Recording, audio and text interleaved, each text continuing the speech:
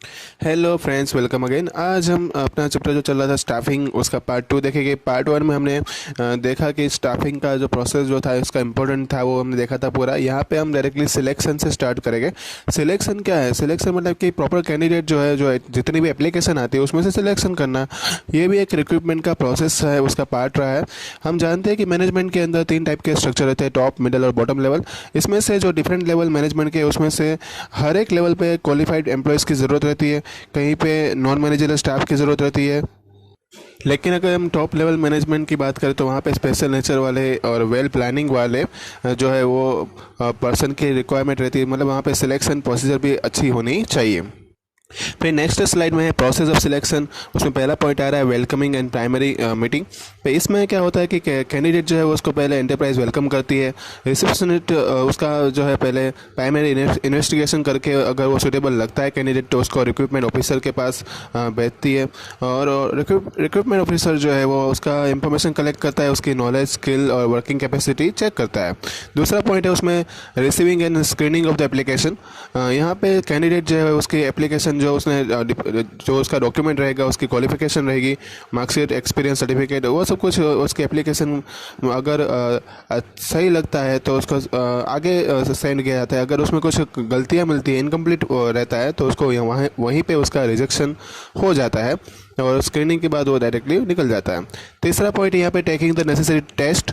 यहाँ पे अलग अलग टाइप की टेस्ट जो है कैंडिडेट की ली जाती है और यहाँ पे एंटरप्राइज खुद ही ये टेस्ट अपने वैसे उसको अरेंज करती है।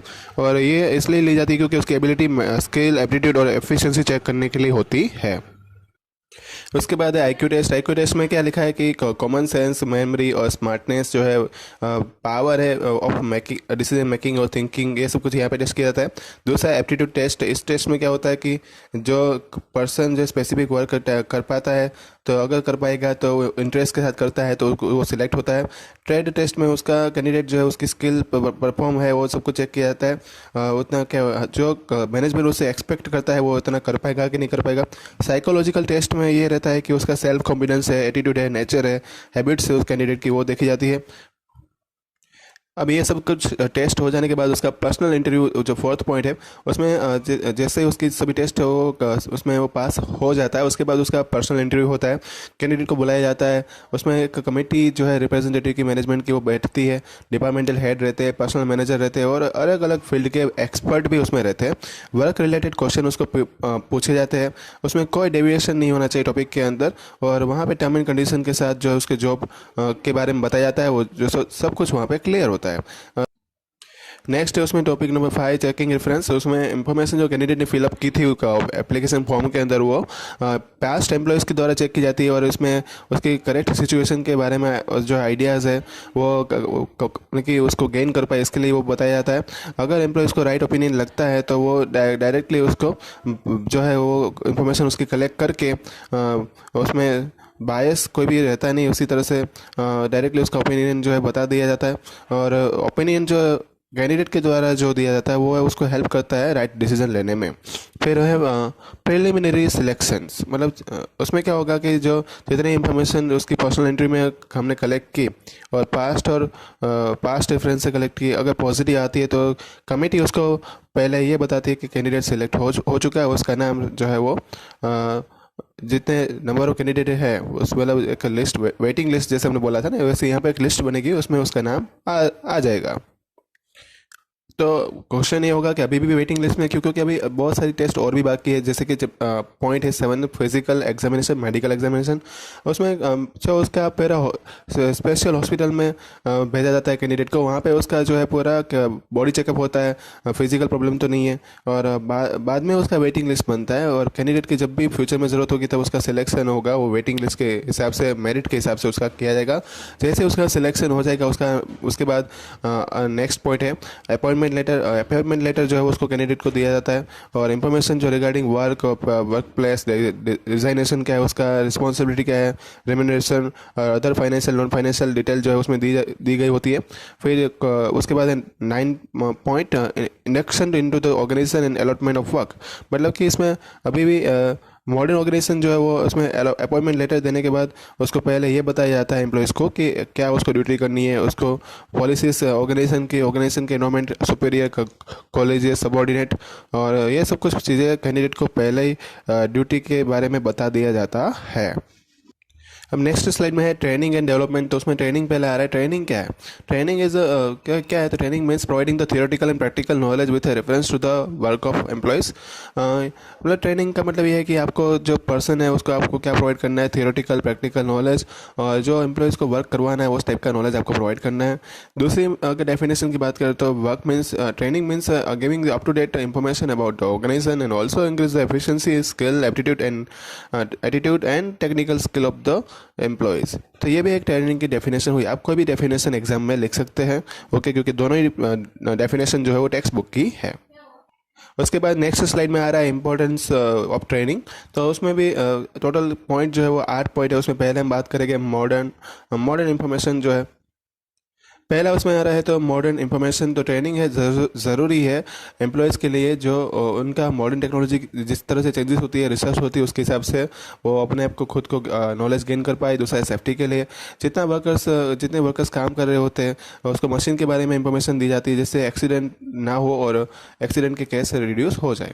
दूसरा है कि जॉब सेटिस्फेक्शन के लिए, जब कभी ट्रेनिंग देने के बाद एम्प्लॉय जब ऑफिस मतलब कि ऑर्गेनाइजेशन में आता है तो उसको बहुत फुल कॉन्फिडेंस होता है और वो जॉब करने में उसका इंटरेस्ट भी लेता है, वो उत्साह के साथ वो जॉब काम करता है। तो कह सकते हैं कि उसका जॉब सेटिस्फेक्शन जो है वो इंक्रीज हो सकता है। और फोर्थ पॉइंट है reduction in rate of labour turnover. अगर ट्रेनिंग जो अगर अच्छे से दी जाती है, राइट, तो नॉलेज, स्किल और एफिशिएंसी वर्कर्स की बढ़ी जाएगी। तो उसका मतलब डायरेक्टली ये होगा कि उसका जो प्रमोशन और इनकम बढ़ने का चांस जो है इम्प्रूव हो सकता है। नेक्स्ट है उसमें इंक्रीज इन प्रॉफिट। ट्रेनिंग जैसे बढ़ती है तो प्रोडक्शन और प्रोडक्टिविटी में कॉस्ट में कमी आती है और प्रॉफिट बढ़ता है। रिडक्शन इन एक्सपेंस, ट्रेनिंग देने से एफिशिएंसी जो है वर्कर्स की बढ़ती है, प्रोडक्शन बढ़ता है और वेस्टेज जो है रॉ मटेरियल का वो कम होता है और सुपरविजन जो है उसका कॉस्ट भी रिड्यूस होता है।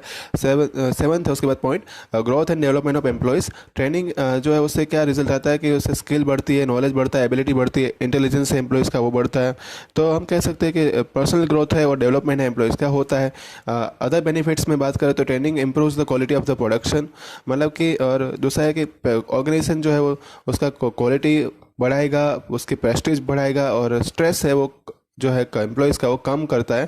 तो एक एनवायरनमेंट क्रिएट करता है कि जिससे कॉपरेशन जो है कॉपरेट जो करने का जो तरीका रहता है एम्प्लॉयज़ के बीच में वो बढ़ता है, लॉयल्टी बढ़ती है, सिंसियरिटी बढ़ती है और एंथुजियाज्म जो एम्प्लॉयज़ का रहता है वो बढ़ता है। उसके बाद है development is the process of imparting the theoretical and practical knowledge to top level management and departmental head. ये भी एक टाइप का ट्रेनिंग जैसा ही एक दूसरा एक पार्ट है, लेकिन ये टॉप लेवल मैनेजमेंट और डिपार्टमेंटल हेड के लिए लागू होता है। अब नेक्स्ट स्लाइड में आ रहा है इंपॉर्टेंस ऑफ द डेवलपमेंट्स। उसमें पहला पॉइंट है उसमें इंक्रीज इन टेक्निकल नॉलेज। जैसे ही चेंज बिजनेस कंडीशन होती है तब ज़रूरी है कि ऑफिसर जो टॉप लेवल के ऑर्गेनाइजेशन में होते हैं उसका टेक्निकल नॉलेज भी चेंज होना ज़रूरी है, क्योंकि टेक्निकल एस्पेक्ट जो है वो बदलते रहते हैं। दूसरा पॉइंट है उसमें रिसर्च एंड न्यू आइडियोलॉजीज, मतलब कि जैसे एफिशिएंसी डिपार्टमेंटल हेड की जो है बढ़ती है तो एडमिनिस्ट्रेशन लेवल जो है उसको ज़्यादा नॉलेज की ज़रूरत रहती है, क्योंकि कहीं कहीं पे न्यू रिसर्च और आइडियोलॉजीज लगानी पड़ती है। थर्ड पॉइंट ये बताता है कि डेवलपमेंट एंड ऑर्गेनाइजेशन इन अभी प्रेजेंट टाइम्स में बात करें तो डेवलपमेंट जो प्रोग्राम का है नेसेसरी हो चुका है ऑर्गेनाइजेशन में, क्योंकि ये इंटरनेशनल लेवल तक उसको ले जाना होता है और न्यू चेंजेस और स्ट्रेटजी जो है वो बनानी पड़ती है। फोर्थ पॉइंट ये बताता है कि optimum use of resources, developmental जितने भी प्रोग्राम होते हैं, ठीक है, उसमें अवेलेबल रिसोर्सेज का ज़्यादा से ज़्यादा यूज़ होता है, तो इससे एक अननेसेसरी एक्सपेंसेस जो है कम होते जाते हैं, उसको कंट्रोल कम होता है, कंट्रोल कर सकते हैं, प्रोडक्शन का कॉस्ट हम कम कर सकते हैं और अपना प्रॉफिट बढ़ा सकते हैं। उसके बाद है नेक्स्ट स्लाइड में फिफ्थ नंबर का point solution to the problems. Development program जो है वो ज़रूरी है स्पीडी और सक्सेसफुल सॉल्यूशन के लिए जो न्यू प्रॉब्लम्स आती है ऑर्गेनाइजेशन में। फिर सिक्स पॉइंट है इफेक्टिव सुपरविजन। डेवलपमेंट प्रोग्राम जो स्किल बढ़ाता है ऑफिसर की, जो टेक्निकल स्किल ले रहे होते हैं, मेंटल स्ट्रेंथ जो है वो बढ़ाता है, इससे सुपरविजन इफेक्टिव बनता है और बिजनेस एक्टिविटी भी इफेक्टिव बनती है।